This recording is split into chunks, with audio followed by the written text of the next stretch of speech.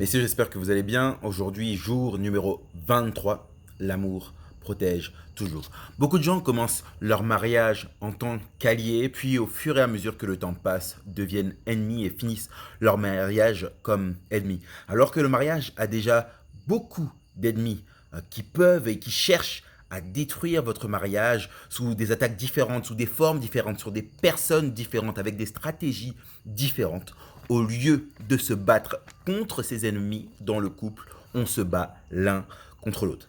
Voilà pourquoi il faut changer et se mettre à protéger notre mariage, protéger notre conjointe plutôt que se battre contre elle. Je vais vous donner quelques exemples de ces ennemis qu'on peut retrouver dans le mariage. Ça peut être par exemple les mauvaises priorités, des choses qui sont bonnes au début mais qui sont mal placées peuvent devenir des mauvaises priorités et être des ennemis de votre mariage. Ça peut être des amis, ça peut être des hobbies, ça peut être du temps passé au travail, ça peut être aussi les enfants.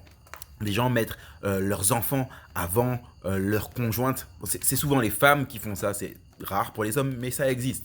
Voilà, des choses qui sont bonnes au début, qui pas forcément mauvaises, mais si elles sont mal placées, si elles prennent la place qui devrait revenir à votre conjointe, peuvent devenir négatives. La deuxième chose, ce sont des relations nocives. Toute personne qui se prétend être votre ami, mais qui parle mal de votre mariage, de votre femme, qui vous dit moi je t'avais dit de ne pas te marier avec elle, que ce soit un ami d'enfance ou un collègue de travail ou bien un ami au sport ou je ne sais où, un frère de l'église qui vous dit moi je t'avais toujours dit de ne pas te marier avec elle, de toute façon elle te fait toujours des problèmes, de toute façon elle est toujours comme ça, non mais de toute façon elle je la connais, non mais de toute façon voilà, tout ce genre de personnes qui a un discours négatif concernant votre épouse ou votre mariage, c'est même pas la peine d'être en relation avec ce type de personnes-là, parce que c'est pas des personnes qui vont vous faire avancer, c'est pas des personnes qui vont vous permettre de rester marié, de rester heureux, mais c'est plutôt des personnes qui vont vous pousser à faire des choses négatives pour votre mariage. Je précise aussi qu'il est important d'inclure dans ces personnes que ces personnes du moins peuvent être des membres de votre famille. Ah, c'est mon frère, ah, c'est ma soeur, ah, c'est ma mère. Et c'est très souvent la mère qui dit ça, qui a un discours négatif concernant votre épouse. N'hésitez pas à recadrer dans l'amour, avec respect, les personnes qui ont ce genre de discours, que ce soit des personnes de votre famille ou des amis. Et si ils maintiennent leur choix de continuer à parler négativement de votre épouse, de votre mariage, vous savez ce qu'il vous reste à faire si vous êtes dans une dynamique de protéger ce dernier. Les influences négatives, ça peut être la télévision, les films, les séries, tout ce genre de choses qui vous mettent des idées concernant le mariage, des idées différentes concernant votre épouse. Ça vous crée des attentes ou des attentes irréalistes ou des visions du mariage, des visions du couple qui sont complètement fausses, complètement contre la réalité du mariage. J'en ai déjà parlé plus d'une fois. Par exemple, il y a des séries où un tel se marie avec un tel, ensuite il a une relation avec un tel, donc il se sépare d'un tel, en fait c'est le jumeau d'un tel. Des choses complètement dingues qui vous mettent des idées fausses dans la tête, qui vous font croire que le mariage ou que l'amour ou que le couple c'est juste une question de sentiments. On s'aime, on s'aime plus, ça veut dire qu'on est plus fait pour être ensemble.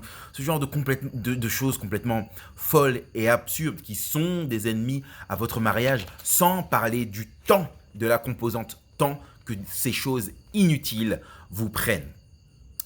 Les tentations sexuelles, ça peut être des amis, des collègues, des sœurs de l'église.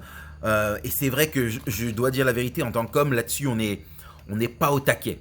Alors, j'espère que vous l'êtes, mais moi, je ne l'étais pas. Ma femme m'a mis à jour. Mais c'est une réalité. C'est une réalité parce que je me suis trouvé dans une situation auxquelles je ne m'attendais pas, des filles qui me disent des choses auxquelles je ne m'attendais pas, parce que moi, j'étais pas du tout sur cette longueur d'onde-là, j'étais pas du tout dans cette dynamique-là, mais elle l'était. Donc, je pense qu'en tant qu'homme, on a un petit angle mort par rapport à ça.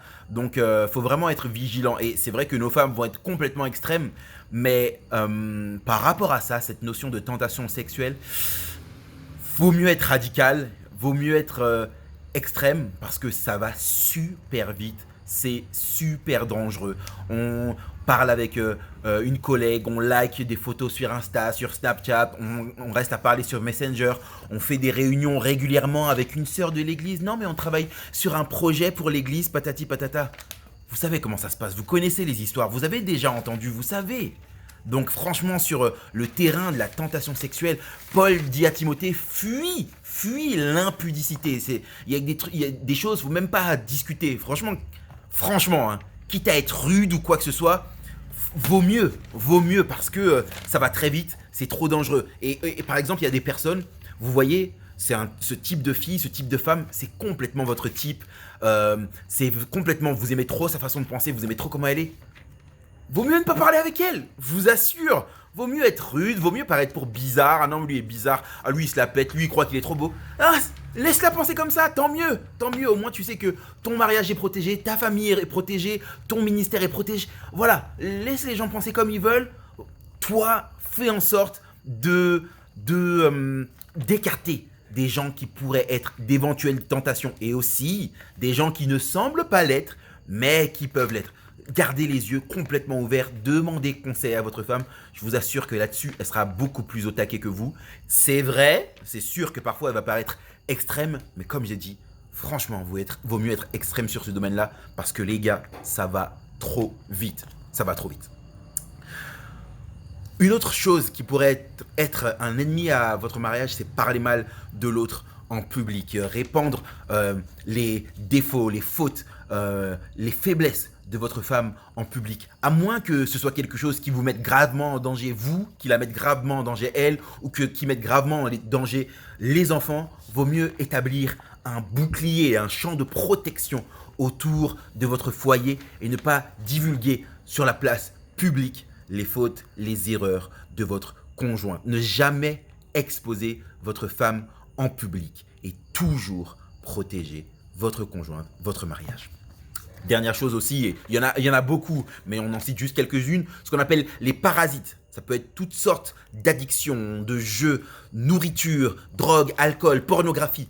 C'est vous échangez en fait votre temps, vos pensées, votre argent, votre cœur pour un peu de plaisir. Mais au final, ça vous laisse sans rien. Ces parasites, dans un mariage, ils font souvent en sorte que le mariage se termine. Un mariage, ça résiste rarement aux parasites. Donc, si vous ne les détruisez pas, ces parasites détruiront votre mariage. Messieurs, vous êtes responsables devant Dieu en tant que chef du foyer de votre mariage, de protéger, de défendre, d'abattre, d'éliminer tout ce qui pourrait faire obstacle, tout ce qui pourrait nuire à votre conjointe ou à votre mariage. Matthieu 24, verset 43 nous dit « Si un père de famille savait l'heure à laquelle le voleur allait venir, il veillerait et ne laisserait pas percer sa maison. » Je reprends. Si un père de famille savait à quelle heure le voleur allait venir, il veillerait et ne laisserait pas percer sa maison.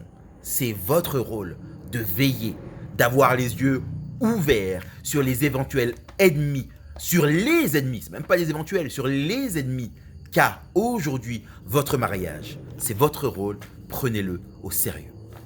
Le challenge d'aujourd'hui, c'est celui-ci, éliminer, enlever, ôter tout ce qui fait obstacle dans votre relation, toute barrière, tout ennemi, addiction, influence, tentation sexuelle, relation nocive, tout ce qui pourrait ou ce qui détourne votre cœur de votre épouse.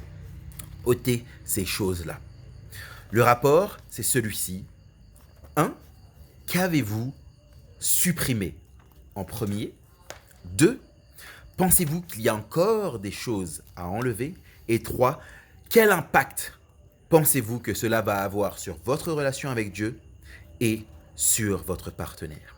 Je finis avec ce texte de Job 22, verset 23. « Si tu élimines le mal de ta maison, si tu reviens à Dieu, tu seras restauré. Si tu élimines le mal de ta maison, si tu reviens à Dieu, tu seras restauré. » Gardez les yeux ouverts sur les ennemis, car votre mariage, n'hésitez pas à les détruire, à les abattre, à les supprimer, sinon ils supprimeront votre mariage. Que Dieu vous bénisse. À bientôt. À demain en l'occurrence.